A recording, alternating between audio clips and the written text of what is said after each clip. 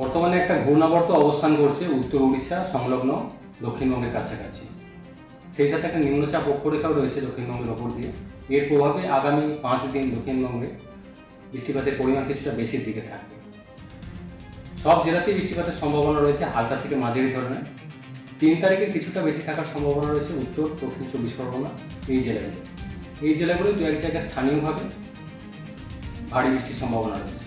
অন্যান্য জেলাগুলো হালকা থেকে মাঝারি বৃষ্টির সম্ভাবনা 3 তারিখ।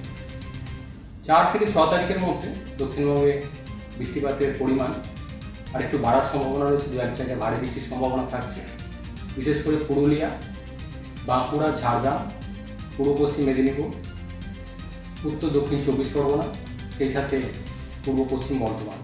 এই জেলাগুলো 4 থেকে 6 তারিখের মধ্যে দু এক জায়গায় ভারী বৃষ্টির সম্ভাবনা থাকবে।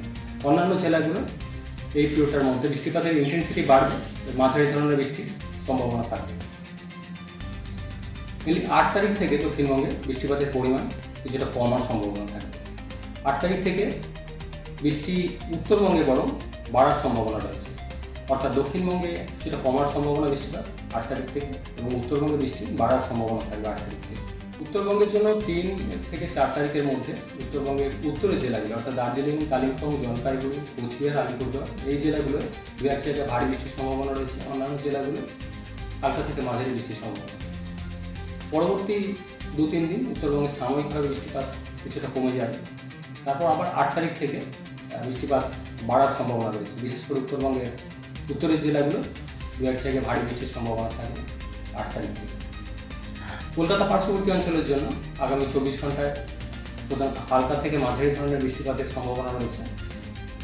আগামী 5 দিন কলকাতা পার্শ্ববর্তী অঞ্চলের জন্য প্রধানত মেঘলা আকাশই থাকবে, বৃষ্টিপাতের সম্ভাবনা রোজই রয়েছে।